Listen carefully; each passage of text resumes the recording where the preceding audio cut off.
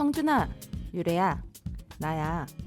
오늘 하늘이 참 맑았는데 너희들은 하늘을 걸으면서 어느 세상을 궁금해했니? 나도 봤겠지. 하늘을 걷는 기분은 어떤 느낌일까? 너희들이 사는 세상이 많이 궁금하단다. 곧 너희들이 하늘로 떠난 지 30하고도 일주기가 돼. 30살은커녕 20살까지만 살겠다던 내가 50살이 얼마 안 남았고 너희들과 헤어진 게 30년이 넘었다는 것도 믿기지 않아. 내 기억 속 너희 둘은 아직도 15이거든. 올해가 세월호 참사 12주기던데 참사 희생자의 대다수였던 단원고 학생들이 살아있었다면 올해 30이었대. 그래서 아마 유가족분들의 마음이 올해 더 힘드시지 않을까 싶어. 김광석의 30쯤에는 이런 가사가 있어. 또 하루 멀어져 간다. 매일 이별하며 살고 있구나.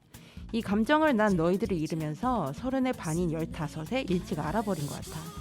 나이 먹으면 충분히 경험할 일을 너무 일찍 안 것 같은 원망도 있지만 그래도 그 경험 덕에 세상을 좀 더 넓게 보고 타인의 아픔을 더 공감하며 살아갈 수 있는 듯도 해.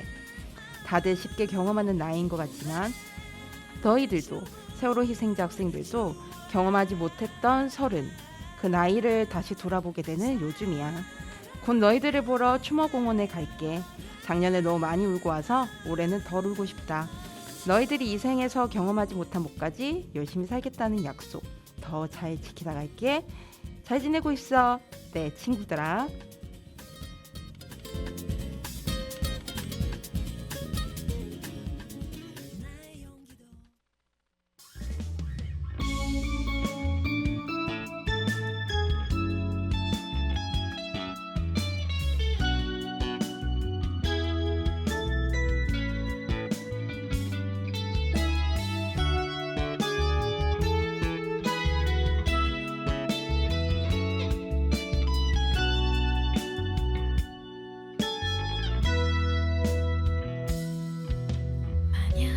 지금이 내 인생의 가장 아름다운 순간이라면 그건 참 유감이네. 그동안은 아직 나는 행복하지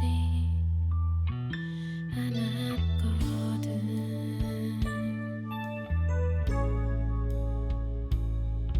아닌 걸 아니라고 하는 데까지 너무 많은 시간을 버려야 했던 나를 버티고 나서 찾아온 지금이 어쩌면 정말 어른이 되는 순간.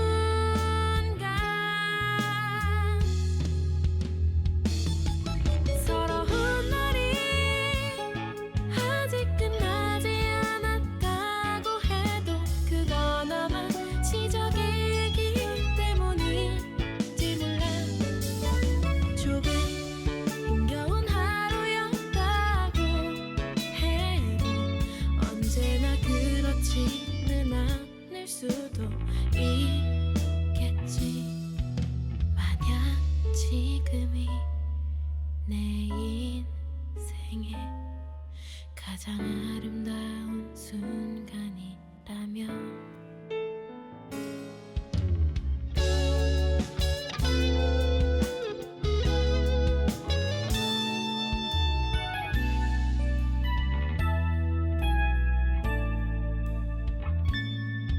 아닌 걸 아니라고 하는 데까지 너무 많은 시간을 버려야 했던 나를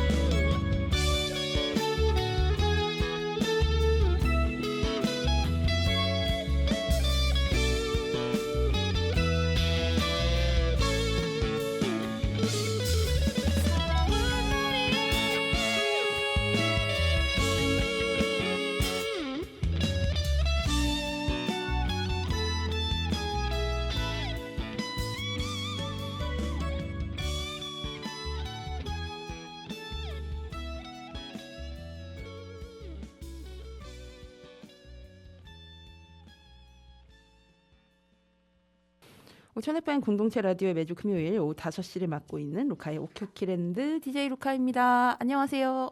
예, 오늘 방송 첫 곡은 브로콜리 너마저의 개건 보컬 이아름 님이 참여해 주신 서른이라는 곡이었습니다. 저희 루카의 오키오키랜드는 2021년 크리스마스 이브에 이제 옥천 FM 개국과 함께 동시에 이제 시작을 했는데요.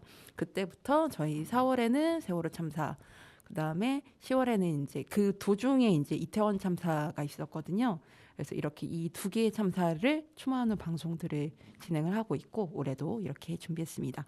우리 보이는 라디오 보신 분들은 아시겠지만 이렇게 올해도 이렇게 두 리본 색깔의 리본을 놓고 방마이크에 놓고 방송을 진행하고 있습니다.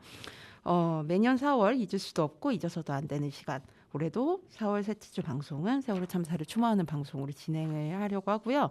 오프닝 멘트는 저희가 중2 때 저희 대구 상인동 가스 폭발 참사로 세상을 떠났던 제 초등학교 친구 2명한테 보내는 편지였습니다. 그 오프닝 멘트에도 담았지만은 올해가 그 세월호 참사 12주기인데 그 당시 이제 수학여행을 갔던 단원고 학생들이 이제 살아있을 생존했더라면 30살이 되는 해더라고요. 저도 잊고 있다가 좀 이따 소개해드릴 영화 주희에게 GV를 하러 갔을 때 영화 보러 갔을 때 알았어요.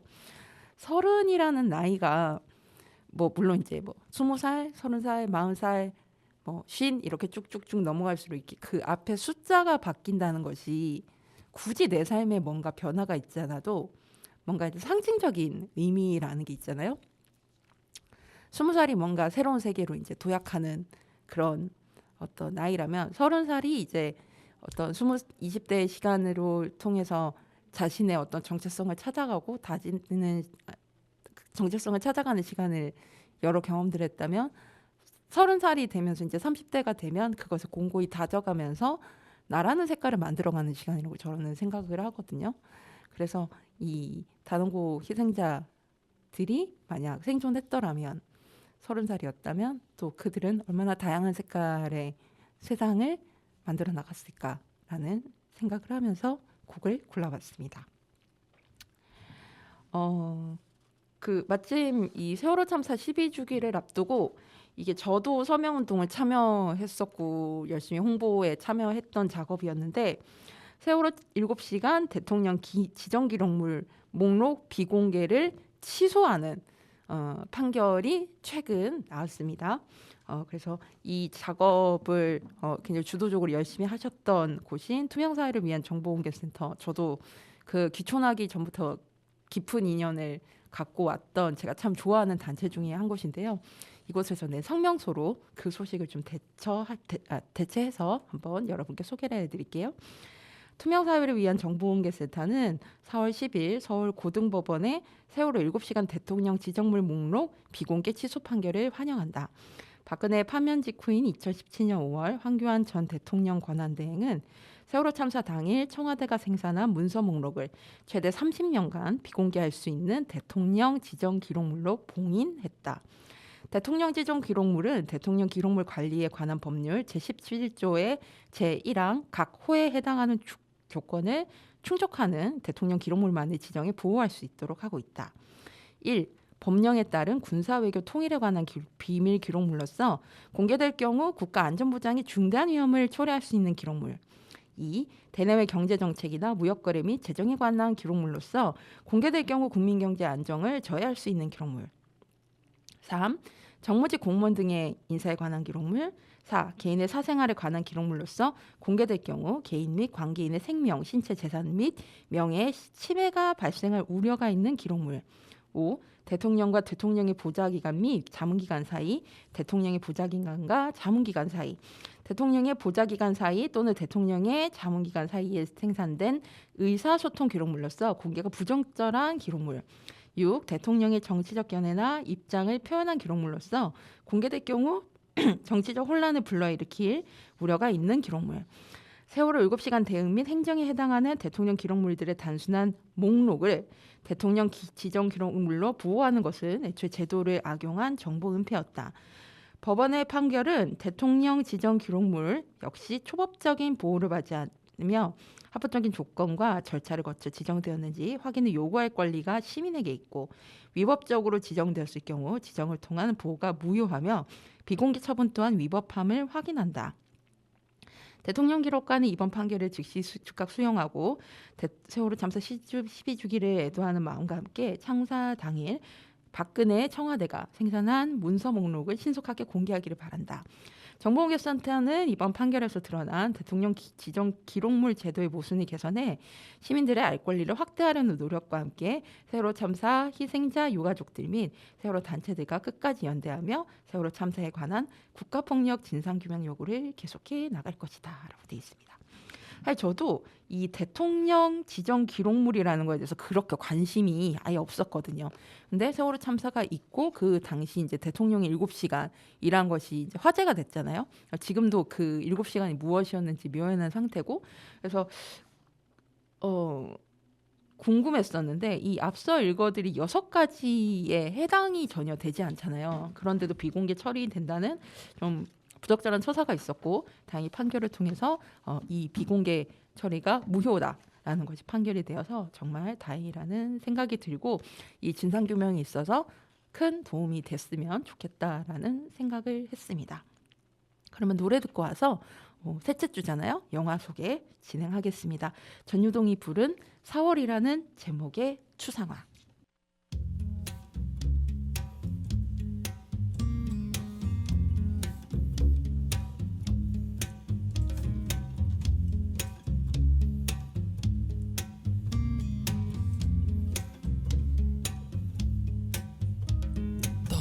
진진 달래는 구름이 먹고 나는 나무처럼 손을 흔든다. 촉촉한 코 마치 봄처럼 누구의 노래인지 모르지만 난 맞지 않은 듯이 노래 제목을 말하면 소매가 짧아진다. 이제 널 쉽게 안아줄 수 있을 것 같아.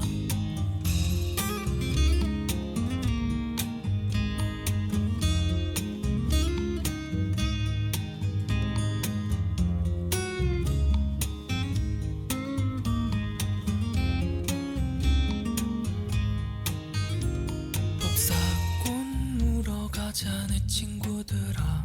거기선 때를 써도 소용이 없어. 쑥스럽다. 마치 봄처럼 숨겨둔 이름이 있겠지만 난 맞지 않은 듯이 너의 이름을 부르며 소매가 짧아진다. 이제 널 쉽게 안아줄 수 있을 것 같아. 내게 맞지 않은 듯이 어색한 미소를 지으면 노래가 짧아진다. 이제 내 이야기를 이해할 수 있겠니? 노래가 길어져도 오롯이 내 마음을 받아줄 수 있겠니? 설령 더 길어져도 오늘은 나를 위해 참아줄 수 있겠니?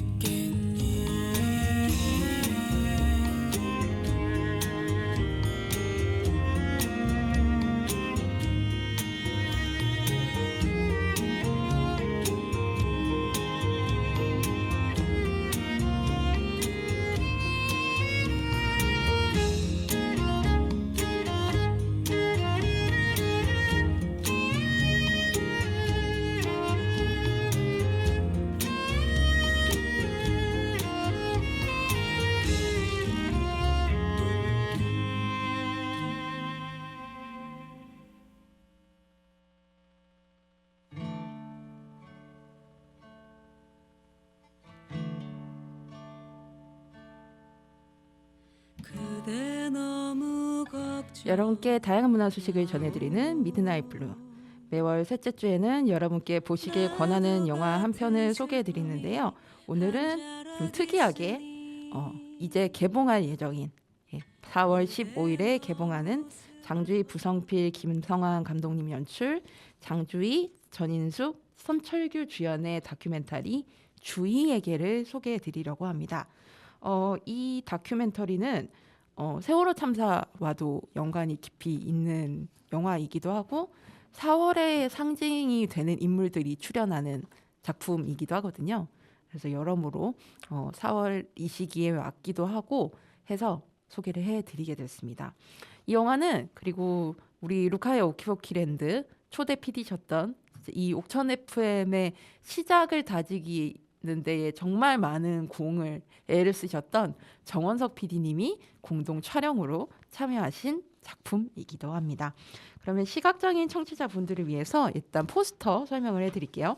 저희 방송을 쭉 들으셨던 분들은 아시겠지만 제가 이 홍보 담당자 출신이다 보니 포스터에 굉장히 예민합니다. 그래서 어떤 포스터는 악평을 하기도 하고 어떤 포스터는 뭐 칭찬을 하기도 하고 이랬는데 이 주희에게의 포스터는 5종류가 있거든요. 근데 그 5종류가 다 좀 담은 스타일도 좀 되게 다르고 특색이 있어서 저는 이 5개가 되게 다 마음에 못처럼 드는 영화였습니다.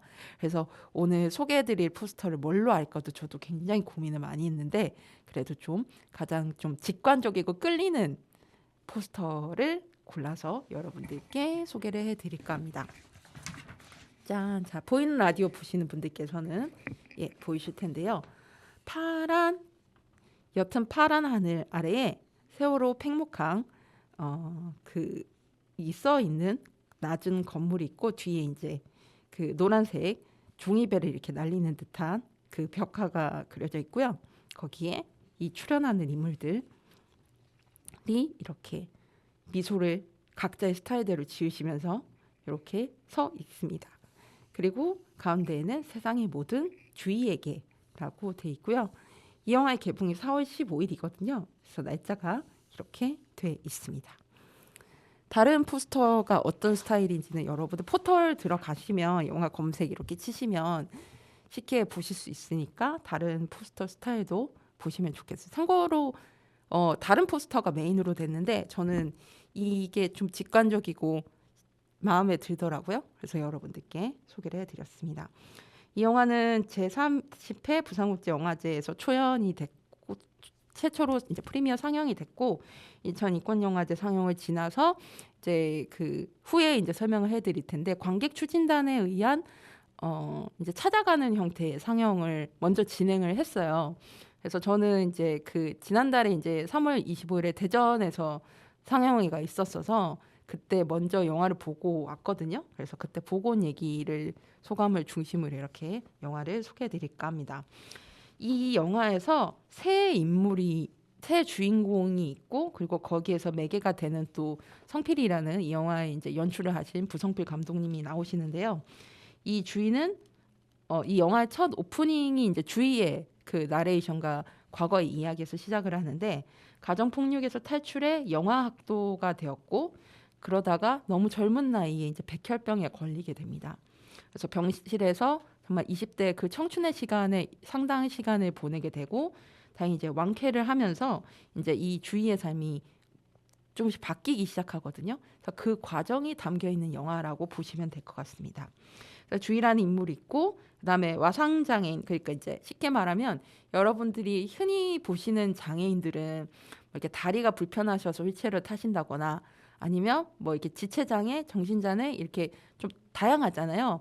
근데 이 와상장애인 같은 경우에는 그 누워 계신 장애인이라고 생각하시면 될 것 같아요. 이렇게 척추라던가 이런 부분에 문제가 있어서 이제 누워서 생활하신 장애인이시고 철규님이 이 주인공인 이 부성필 감독님의 첫 장편 영화 철규라는 영화가 우리 옥천에서도 상영이 됐었어요. 그래서 저도 그 상영에 어떻게 운이 좋아가지고 거기서 이제 관객과의 대화를 진행을 하면서 이 부성필 감독님과의 인연이 시작이 됐는데 그 철규라는 영화의 그 내용이 이 와상장애인인 철규가 제주도 여행을 가는 이야기거든요. 근데 이 마지막 버킷리스트가 번지 점프를 하는 거였어요. 저는 이 영화 이야기를 미리 들어서 알고 있었거든요. 그래서 영화 언제 나오지? 이게 진행 상황 막 궁금해가지고 감독님께 틈틈이 여쭤보고 어떻게 되고 있냐고 막 그러기도 했었는데 아무튼 여러 좀 어려움들이 있었습니다. 그래서 그런 거의 일부분들이 이 주의에게 담겨 있어요. 그래서 그 내용이 이제 일부 있고 그리고 또 한 명의 주인공인 인숙님은 세월호 참사 희생자인 임경빈 학생의 엄마입니다. 저도 이제 귀촌하기 전에 수도권에서 활동할 때 경빈 엄마께서는 저를 모르시지만 저는 이제 경빈 엄마 임숙님을 그래도 뭐 광화문 세월호 광장이라던가 여러 행사에서 뵀던 분이기도 하고요. 10주기에 이 책임자를 처벌할 공소시효가 모두 끝났었죠. 우리나라는 그 공소시효라는 어떻게 보면 참 나쁜 제도 그 시스템이 있는데 그렇게 돼서 이 가운데 2019년에 이 아들인 이제 경빈님이 이송이 되는 과정에서 구조가 지연된 문제를 알게 됩니다. 그러면서 그 소송을 지금까지 쭉 진행을 하고 계신 상황이고요. 이 세 인물을 중심으로 그리고 이 세 명을 어떻게 보면 묶고 있는 연결하고 있는 매개가 되는 부성필 감독님까지 이렇게 네 명의 이야기를 중심으로 묶여 있는 영화라고 생각하시면 될 것 같습니다. 그러면 부성필 감독님께 일단 사전에 질문을 드렸던 내용이 있는데 읽어드릴게요. 일단 이 영화를 주희라는 인물을 매개로 한 다큐멘터리로 만들겠다고 생각하시게 된 계기를 여쭤봤습니다. 사실 이 영화의 시작점에는 주희 감독의 뼈아픈 용기가 있었습니다. 주희 감독은 과거 아버지의 폭력으로부터 자신을 보호하기 위해 증거용으로 녹음했던 녹취록을 이 영화를 통해 세상에 공개했습니다. 나를 보호하려 했던 기록이 이렇게 쓰일 줄 몰랐다고 말하면서요. 사실 촬영 과정에서 제 무심함 때문에 주희 감독이 큰 상처를 입은 적이 있습니다. 주희 감독이 폭력의 흔적을 대면하기 위해 강원도 동해로 갔을 때 저는 촬영 약속과 일정만 생각하며 차 문조차 열지 못하고 떨고 있던 그를 타박했었습니다. 그가 홀로 감당하던 무려움의 무게를 동료인 저조차 제대로 헤아리지 못했던 거죠. 하지만 주희 감독은 그 깊은 트라우마를 뚫고 나와 이제는 다른 이들을 돕는 상담사이자 자신의 서사를 당당히 전하는 연출자가 되었습니다. 미디어에 나오는 극단적인 모습만이 폭력이 아니라 가장 가까운 사람에게 겪는 수만 가지의 폭력이 여전히 존재한다는 걸 보여주고 싶었다는 그의 말은 이 영화의 가장 단단한 뿌리가 되었습니다. 자신의 아픔을 정면으로 의시하고 그 경험을 통해 세월호 유가족인 인숙 어머님의 절망에 조심스럽게 손을 내미는 주희의 여정, 그 진솔한 과정을 통해 우리 사회가 참사와 폭력이라는 거대한 아픔을 어떻게 마주해야 하는지 이야기하고 싶었습니다라고 답해 주셨습니다. 그리고 영화 이제 처음 이제 제가 그 소개할 때 연출자 분이 세 분이셨잖아요. 장주희 감독님이 계시고 그다음에 부성필 감독님이 계시고 그리고 김성환 감독님. 여기 이제 영화상에서는 이제 등장 인물로 이렇게 막 나오시는 건 아닌데 이 세 분이 공동 연출을 한 형태인데 사실 이 공동 연출이라는 게 영화계에서 되게 어렵거든요. 왜냐하면은 특히 연출이라는 작업이라는 것은 어떻게 보면 나의 이 뼈대나부터 시작해서 모든 걸 다 만들기 때문에 그리고 아무래도 극영화 여러분들이 흔히 보시는 그런 드라마 같은 영화들에 비해서 분업이 아니고 직접 촬영하고 구성하고 다 모든 걸 편집까지 다 하기 때문에 그래서 오히려 저는 좀 분업이 어려운 장르라고 생각하거든요. 그래서 어떻게 작업을 세 분이서 하셨는지 여쭤봤습니다. 보통 다큐멘터리 작업은 고독하고 외로운 싸움이 되기 쉬운데 세 명이 함께하면서 그 감정적인 무게를 나눌 수 있었다는 게 가장 큰 힘이 되었습니다. 저는 철규영, 경빈 어머니 촬영 위주, 김성환 감독은 제작과 내용의 뼈대를 잡는 일을 하셨고 장주희 감독은 글과 서사의 결을 다듬는 데 많은 역할을 해주셨습니다. 혼자였다면 놓쳤을 법한 미묘한 감정선들을 세 사람의 시선으로 교차 검증하며 담아낼 수 있었던 것이 공동 연출의 가장 큰 매력이었는데요. 이 과정에서 특별히 김성환 감독님께 꼭 감사하다는 말씀을 드리고 싶습니다. 김 감독님은 영화를 30년이나 하신 대선배님이십니다. 그런데도 저희와 나름 수평적인 관계에서 작업을 해주셨어요. 이런 분과 동등하게 치열한 토론을 거치며 작업을 할 수 있다는 건 정말 쉽지 않은 귀한 경험이었습니다. 세 명의 의견을 하나로 모으는 과정 자체는 쉽지 않았지만 선배님이 열어주신 그 수평적인 소통의 시간이 결국 영화를 단단하게 만들어 주었거든요. 라고 말씀하셨습니다. 이 사실 이제 나이 차이가 좀 있는데, 나이 차이나 경력의 차이가 있는데 이 수평적인 관계를 이루면서 같이 협업을 한다는 게 정말 쉽지가 않거든요. 저만 해도 지금 활동하고 있는 크보풀에서 이 보통 이제 그 주 활동을 제일 열심히 하는 멤버들 사이에서 제가 나이가 10살 이상 많고, 그리고 경력도 제가 그분들에 비해 훨씬 많아요.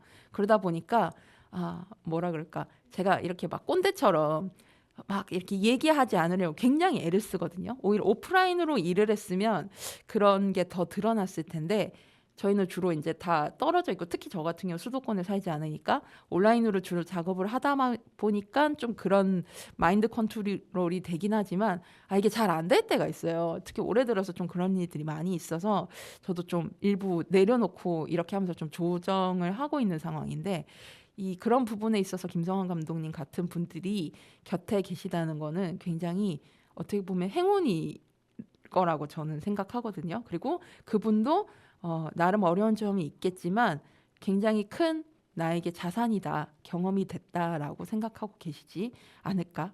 제가 김성환 감독님 뵌 적은 없지만 그렇게 생각을 해봅니다. 그러면 부성배 감독님의 신청곡 일단 첫 번째 곡 들어볼게요. 정미라님의 말의 이해라는 곡인데요. 제목만 보면 난해한 가사가 나올 것 같은 느낌이지만 정말 발랄하고 귀엽고 쉬운 필요한 노래라고 해주셨습니다. 그럼 부성비 감독님의 신청곡 정미라님의 말의 이해 듣고 올게요.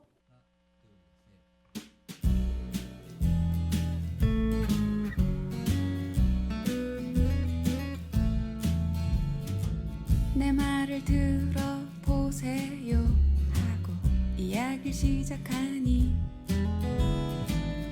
꿈뻑이는 그대 두 눈이 뭔가 불안해. 내 말을 이해하냐고 몇 번을 물어보면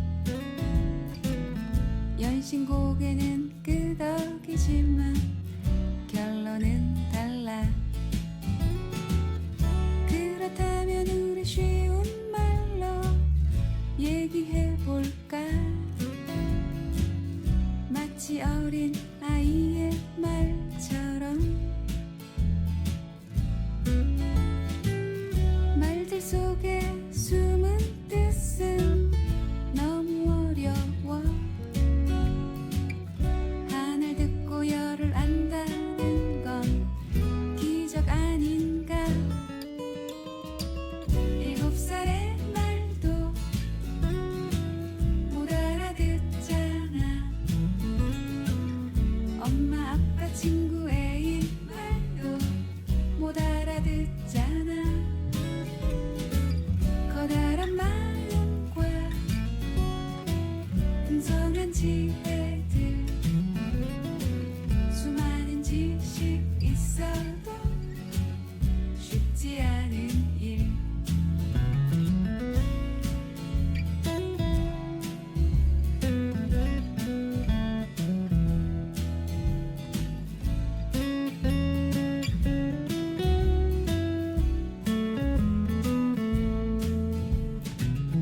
이 세상의 모든 말들을 이해한다면 전쟁 없고 행복 가득한 시대가 올까. 우리의 말과 생각은 너무 뒤엉켜. 가고 싶은 대로 산을 넘고 강도 건너네. 그렇다면 우리 쉬운 말로 얘기해볼까? 마치 어린 아이의 말처럼 말들 속에 숨은 뜻은 너무 어려워. 다르고 다르지 끝까지 들어와. 사랑하는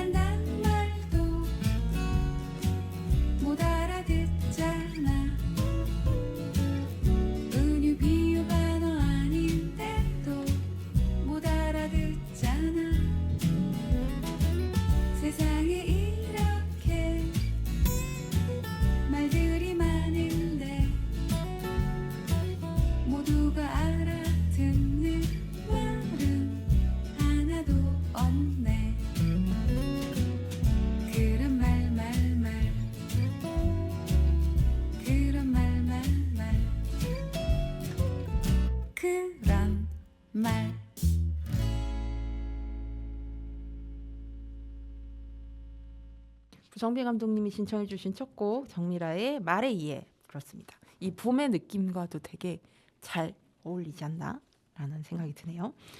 자 이제 보통은 이제 영화 소개할 때 제가 여러분들이 좀 이렇게 일단은 좀 개봉한 지 지난 영화 그리고 OTT로 여러분들이 쉽게 찾아보실 수 있는 영화를 항상 했는데 이 현재 이제 개봉하는 영화를 하는 게 제가 처음이어가지고 그래서 영화 보는 중간중간에 사실 저 영화 볼 때 진짜 팝콘이나 물도 잘 안 마시는 사람인데 이제 메모를 틈틈이 이제 그 스마트폰으로 했어요. 그래서 좀 기억에 남았던 장면들을 좀 소개를 해드리면 너무 스포일러가 되지 않는 상황에서 이 초반에 주인님이 이제 이제 자신의 이야기 백혈병을 투병을 하고 그리고 그의 완치가 되면서 이제 좀 다른 삶들을 살기 시작하고 영화 현장에서 이제 다큐를 촬영하는 현장을 이제 다니게 되고 그러면서 철규도 만나고 인숙도 만나고 이런 과정들이 있어요. 근데 세월호 참사 이야기로 이제 이야기가 넘어갈 때 주인님이 이런 대사 그 나레이션이 나옵니다. 2014년 나는 모든 것이 끝났다고 생각했다라고 했는데 그 세월호 참사 이야기가 나올 때 그러니까 자신이 이제 그 병실에 있으면서 특히 다른 병도 아니고 백혈병이잖아요. 그래서 다른 뭐 바이러스라던가 이런 병균들에 더 예민할 수밖에 없는 병이고 그러다 보니까 이제 병실 안에 주로 이제 계시게 됐는데 그래서 TV를 통해서만 본인이 세상을 볼 수 있었고 세월호 참사도 그래서 그 TV를 통해서 이제 보게 됐던 거예요. 그래서 내가 누워 있는 병실보다 더 차가웠을 세월호라고 돼 있습니다. 그리고 제가 이제 울컥했던 장면 중에 하나가 그 와상장애인 철규가 이제 그 번지 점프를 이제 하는 연습을 하고 그다음에 실제로 뛰려고 한 그 강원도에 있는 번지 점프장을 찾아가는 장면이 나옵니다. 근데 번지 점프 연습을 하고 이제 가는 장면에서 이제 그 번지 점프장을 잡은 그 원경 멀리서 잡은 그 롱샷이 나오는데 저 그 장면에서 딱 갑자기 이렇게 눈물이 나오더라고요. 그러니까 철규가 번지 점프를 할 수 있을까라는 감동, 그 다음에 철규가 과연 할 수 있나라는 걱정, 이게 좀 교차했었던 것 같아요. 그러면서 저는 그 장면에 눈물이 좀 많이 나더라고요. 그리고 이 철규가 나중에 결국 번지 점프에 실패를 합니다. 그러고 나서 그 철규가 그 카메라를 보면서 하는 얘기가 장애인만 힘든 게 아니다. 여러분도 똑같잖아. 라고 이제 얘기를 해요. 그 장면도 저는 되게 의미가 있다고 생각했던 게 우리가 장애인들을 바라볼 때 그 소위 말하는 시혜적인 시선, 그러니까 우리가 돌봐야 되고 도와줘야 되는 사람들 이게 되게 강하잖아요. 근데 저도 그런 생각이 강했고 저는 이제 방송에서도 몇 번 말씀드렸지만 저희 부모님이 감사하게도 제가 어렸을 때 뭔가 많은 경험들, 특히 봉사를 한다는 것 이런 것을 같이 하는 걸 엄마 아빠가 많이 이제 데리고 가셨죠. 같이 할 수 있게 제가 굳이 뭘 하지 않아도 뭐 예를 들어서 저희도 그 돌봄 지원을 했던 그 방송으로도 몇 번 소개를 해드렸던 이 척추 그 장애인이 있으셨는데 그 분 댁에 갔을 때 뭐 내지는 그분을 우리 집에 그 언니라고 부르라고 하시더라고요. 사실 나이 차이는 거의 이모뻘이었는데 언니라고 부르라고 엄마가 그러셨는데 그 언니가 저희 집에 초대를 할 때도 그래서 아빠가 그 언니를 데리고 올 때 집에 들어올 때 이렇게 들고 들어왔어요. 그 언니를.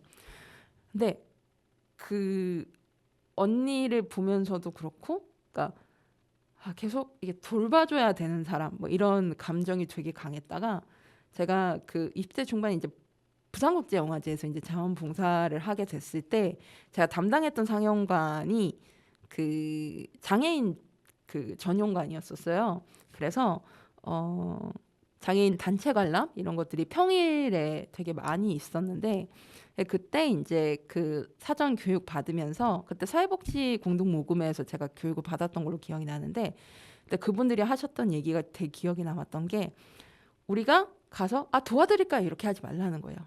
그분들 주체적으로 자신들이 하고 싶어하는 그 행위 자체를 좋아하시는 거다. 근데 정말 안 될 경우에는 도와달라라고 얘기를 하실 거기 때문에 그때 도와드리러 가면 된다라는 얘기를 들었던 게 저한테는 굉장히 좀 신선한 충격이었어요. 왜냐면 그 생각지 못했던 부분이었어서 그 이후로는 제가 일상에서 뭐 장애인이라던가 뭐 노인분들이라던가 소위 이제 뭔가 우리가 도움을 드려야 될 것 같은 분들을 만날 때 이제 한 템포 쉬고 생각을 하고 뭐 여쭤본다거나 이런 식으로 자세가 제가 바뀌는 계기가 됐었거든요. 그래서 그 생각이 났습니다. 그리고 이 영화가 나레이션이나 이렇게 대사들이 되게 좋은 게 많거든요. 아까 철규가 말했던 장애인만 힘든 게 아니다. 여러분도 똑같잖아 라고 말하는 것도 그렇고 되게 좋았는데 두려움은 길을 내어 앞으로 나아가게 한다. 그리고 고통을 외면했다면 지금의 나와도 마주하지 못했을 것이다. 이런 워딩들이 저는 되게 좋았습니다. 그리고 그 인숙님이 세월호 참사뿐만 아니라 이 뭐 세월호 유가족 분들의 상당수가 그러하듯이 다른 연대 현장들을 찾아가서 함께하는 일도 많거든요. 그러니까 그게 뭐 강정도 있고 밀양도 있고 뭐 제주공항도 있고 뭐 용산도 있고 여러 그 안타까운 노동자 분들의 참사 관련해서도 현장으로 가시면서 이제 연대를 하고 계신데 그 인숙님이 이렇게 돌아가신 분들의 묘를 가서 이렇게 꽃도 이렇게 단장에 드리고 이렇게 묘비도 닦아드리고 뭐 이런 장면이 그 중간에 이제 나와요. 그래서 더 이상 이런 참사가 일어나지 않기를 생각하면서 그런 망자의 묘를 찾아가는 그런 장면도 저한테도 되게 인상적이었던 것 같습니다. 그러면 제가 감독님께 여쭤봤던 질문들 좀 더 읽어드릴게요. 그 개인적으로 나레이션들이 제가 참 좋았는데 이 나레이션 그때 여쭤보니까 나레이션을 직접 그 주인님과 인숙님이 직접 썼고 읽게 하신 케이스더라고요. 전반적으로 이 나레이션을 만드는 과정들을 좀 여쭤봤습니다. 그리고 이 세 명의 주인공 중에 철규님만 나레이션이 없어요. 그래서 저는 그걸 보고 아무래도 철규님의 발음이 그 나레이션 자체가 이렇게 잘 들리는 발음이 아니다 보니까 그랬을까? 의도가 있을 것 같은데 라는 생각이 들었거든요. 이 두 개를 묶어서 한번 여쭤보겠습니다. 이 영화에서 나레이션은 단순한 상황 설명이 아니라 두 사람의 내면을 관객에게 직접 건네는 편지 같기를 바랐습니다. 그래서 주희와 세월호 유가족이신 인숙 어머님이 각자의 언어로 직접 대본을 쓰시는 게 무엇보다 중요했어요. 처음엔 두 분 다 직접 글을 쓰고 읽는 것을 쑥스러워하시기도 하고 부담도 느끼셨지만 막상 녹음실에 들어가니 본인들이 꾹꾹 눌러 쓴 진심이다 보니 감정의 깊이가 남달랐습니다. 디렉팅을 한다기보다는 두 분이 편안하게 본인의 이야기를 뱉어낼 수 있도록 기다려주는 과정이었습니다. 특히 이 과정의 기다림이 중요한데 녹음본을 들으시면서 두 분 스스로도 묘한 위로를 받으시는 것 같아 연출자로서도 뭉클했습니다. 철규님의 이야기는 텍스트나 목소리로 설명되기보다는 휠체어를 타고 이동하는 그의 존재 자체와 그가 점유하는 공간 그리고 행동으로 보여지는 것이 훨씬 힘이 있다고 판단했습니다. 영화의 주된 서사적 뼈대가 주희와 인숙 어머님의 연대와 교감에 맞춰져 있기도 하지만 철규님은 굳이 내레이션이라는 보이스오버 방식을 빌리지 않아도 일상 속 물리적인 움직임만으로도 충분히 많은 이야기를 건네는 분이기 때문에 자연스럽게 지금의 형태가 되었습니다. 라고 했습니다. 그리고 이 부성필 감독님이 저희가 지난주에 이제 제주 4.3항쟁을 담은 비창을 소개를 해드렸었는데 이 4.3항쟁과 관련해서 이제 그 감독님의 이제 큰아버지 이렇게 가족들이 4.3항쟁이 희생자시기도 하세요. 그래서 이 제주도에 내려가서 이제 그 4.3항쟁 관련된 그 뭐 아버님이 뭐 설명을 해주시는 장면도 나오고 이렇게 이 이야기가 나오는데 그 대사로도 나오지만 이 진상규명이라는 무거운 짐을 평생 안게 되는 그래서 카메라를 멈출 수 없는 이 성필의 상황이 장면으로 나옵니다. 본인을 통해 세월호 참사와 제주 4.3항쟁이 연결됩니다. 아버님께 아들이 이렇게 참사를 기록하는 작업을 하고 있다는 거를 끝내 말씀드리지 못했다라는 게 그 주위의 나레이션으로 나와요. 그래서 이게 알듯도 하겠는데 이게 정확히 그 상황이 좀 궁금하더라고요. 그래서 여쭤봤습니다. 이 이야기를 하려면 2016년 겨울로 거슬러 올라가야 할 것 같습니다. 영화에 나오는 분은 제 아버지인데요. 저와 나이 차이가 워낙 많이 나서 주변엔 집안 어르신인 줄 아는 분들도 많습니다. 저는 6살 때 부모님이 이혼하실 줄곧 어머니와 살았고 명절 제사 때나 아버지를 뵙던 늦둥이 막내 아들이었습니다. 그렇게 서먹했던 아들이 대학을 졸업하고 어느 날 카메라를 들고 고향에 내려와 집안의 역사를 기록하겠다고 하니 아버지는 무척 기뻐하셨죠. 아버지는 조선시대 일제강점기 때부터 꽤 잘 살았던 우리 대흘 부씨 집안의 내력부터 4.3 당시 경찰 집안으로서 이른바 우익 세력에 서 있던 가문의 이야기들을 카메라 앞에서 아주 자랑스럽게 털어놓으셨습니다. 그러던 어느 날이었습니다. 아버지 집에서 함께 TV 뉴스를 보는데 세월호 유가족분들이 진상규명을 위해 특조위 사무실을 점거했다는 보도가 나왔습니다. 그거 보시던 아버지가 유가족들을 향해 차마 입에 담기 힘든 거친 욕설을 내뱉으며 분노하셨어요. 그 모습을 바로 곁에서 지켜보는데 가슴이 철렁 내려앉았습니다. 아, 내가 세월호를 기록하고 있다는 사실을 아버지는 결코 이해하지 못하시겠구나. 직감했죠. 사실 그때 제 안에는 다큐멘터리 감독으로서의 시선도 있었습니다. 아버지가 그분들을 폭도라고 부르는 그 상황 자체가 다큐멘터리 소재로 쓰는 아주 훌륭했거든요. 가해자 측에 섰던 집안의 자손이 아닌 자신의 카메라로 자기 집안의 역사를 폭로하는 구조가 되는 거니까요. 하지만 다큐멘터리 연출자에게 주인공과의 신뢰관계는 생명과도 같습니다. 저를 굳게 믿고 당신의 가장 깊은 자랑과 속내를 꺼내어 주신 아버지 앞에서 그분들의 시각에선 폭도라 치부되는 세력의 편에 서서 제가 카메라를 들고 있다는 사실을 밝히는 건 차마 입이 떨어지지 않는 일이었습니다. 결국 그 시기에 저는 길을 잃었고 아버지의 세계와 제가 기록하려는 세계 사이에서 스스로의 정체성조차 찾지 못하게 되었습니다. 그로부터 어느덧 10년이 흘렀습니다. 아버지는 80대가 되셨죠. 근처 공원에 산책 나가시면 전화를 꼭 주십니다. 그런 아버지와 가끔 4.3 이야기를 하고 합니다. 꼭 폭도라고 말씀하실 필요가 있냐고, 왜 그렇게 화가 나시냐고요.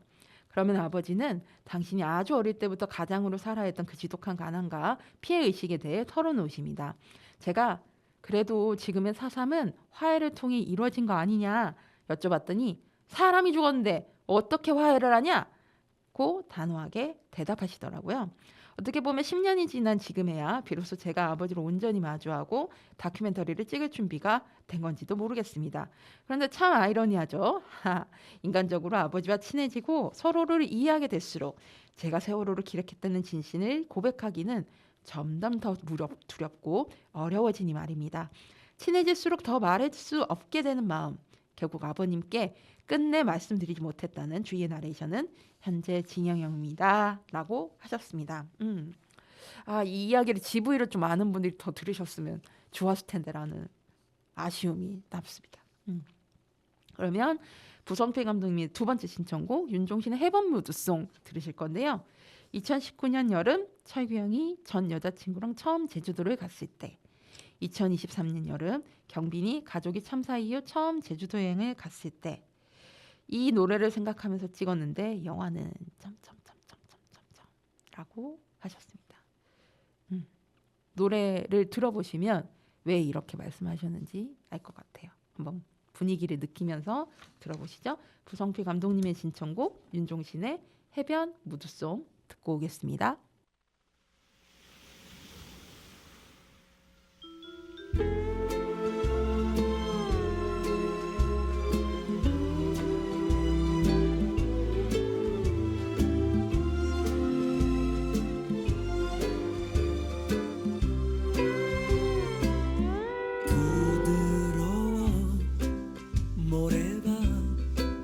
잔잔히 부서지는 파도 소리 앞에서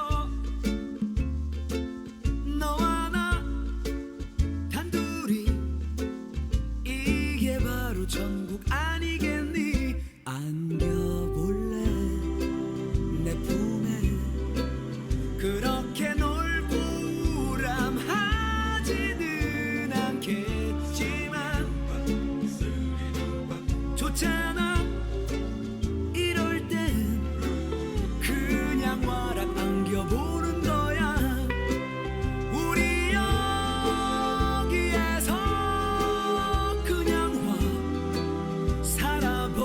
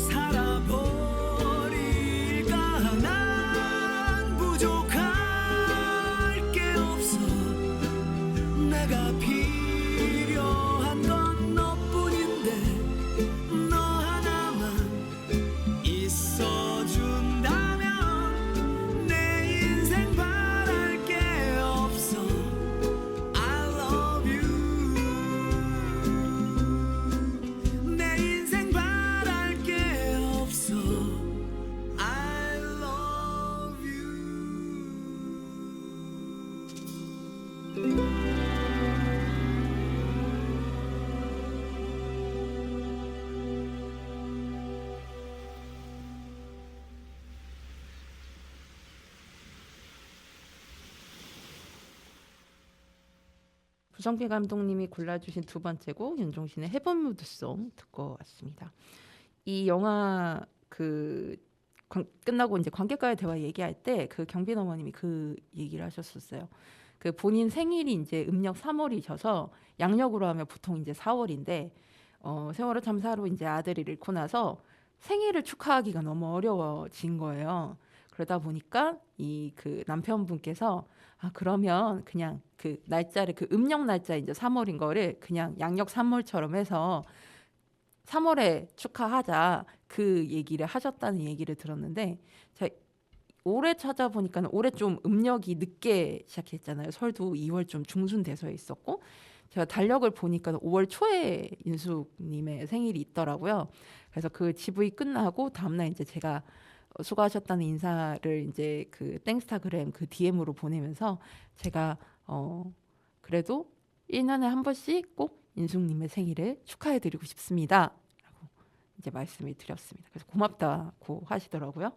그 경빈 학생의 생일을 제가 찾아봤는데 제가 이제 예전에 방송할 때도 보여드렸던 그 세월호 참사 유가족 협의회에서 만들었던 이거는 2004년에 만들었던 그 이제 희생자들 얼굴 캐리커처로 이제 담겨진 그 이제 얼굴들이 이제 있는 달력인데요. 경빈님 생일이 공교롭게도 제 생일 다음 주에 있더라고요. 그래서 같은 9월생인데 경빈님의 생일도 제가 잊지 않아야겠다. 마치 동생 하나, 뭐 조카 하나 더 생긴 것처럼 기억해야겠다라는 생각을 했습니다.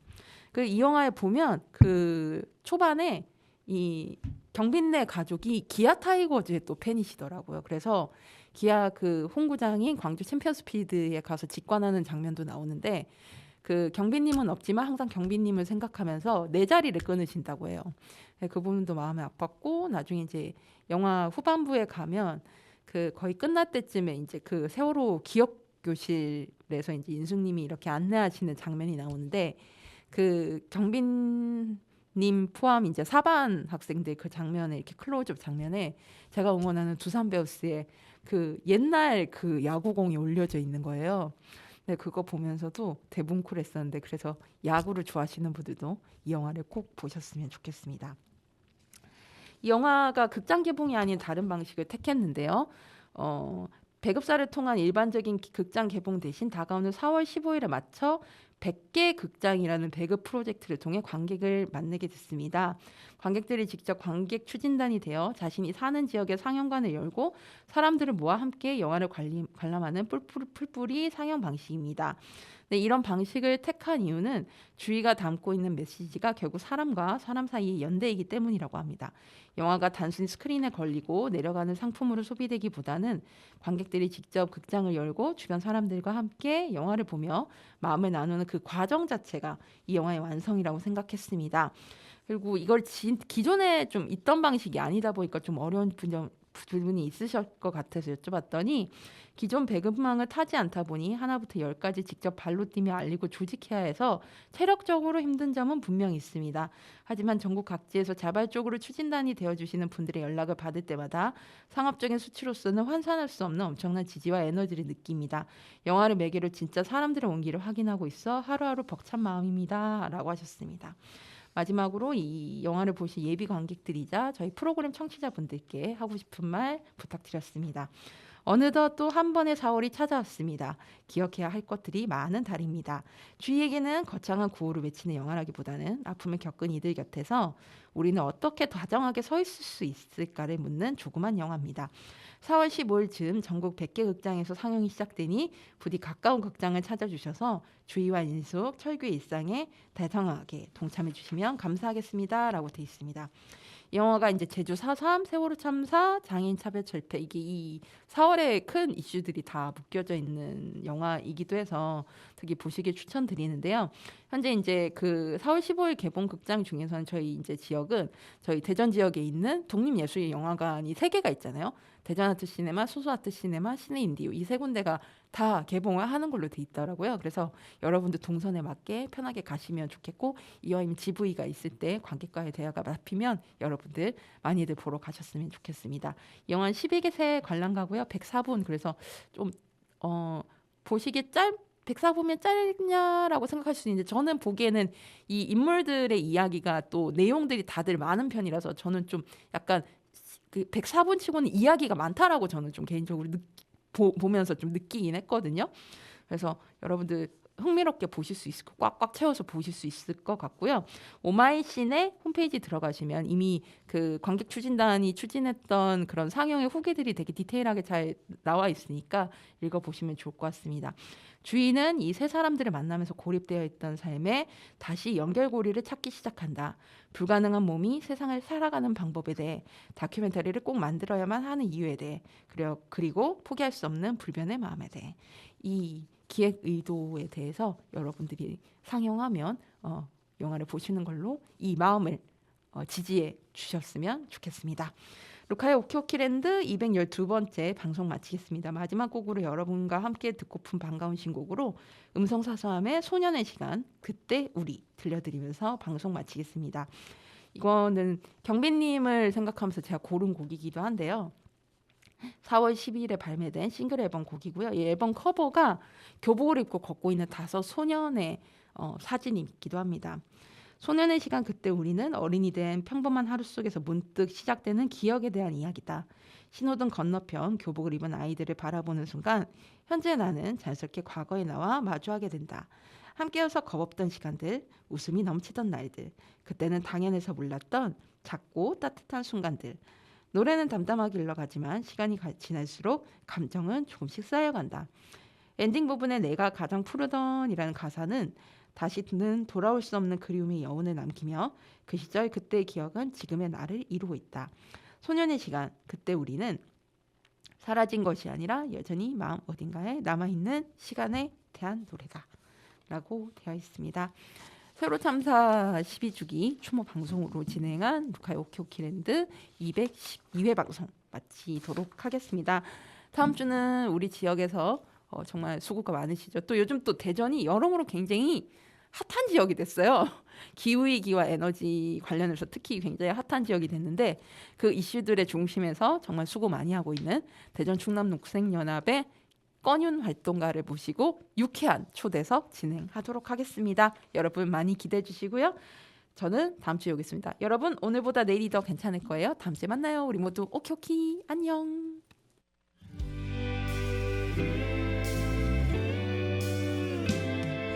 신호등 건너편에 교복을 입은 장난기 많은 학생들을 바라보다 어느새 난 그때 철없던 나이로 난 나를 추억하고 있나봐.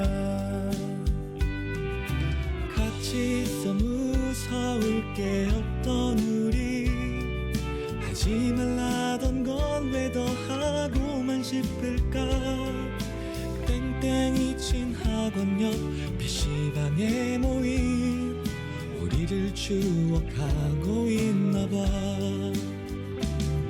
그땐 왜 몰랐을까. 그 시절만의 행복을 돌아보며 가장 밝게 빛나던 소년의 시간 그때 우리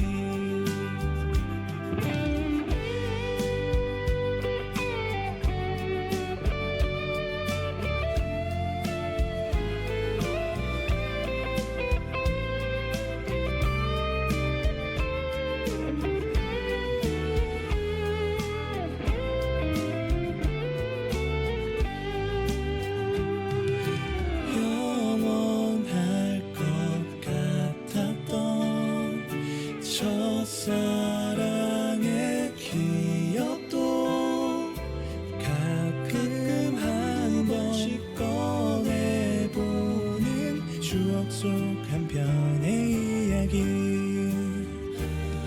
그땐 왜 몰랐을까. 그 시절만의 행복을 돌아보며 가장 밝게 빛나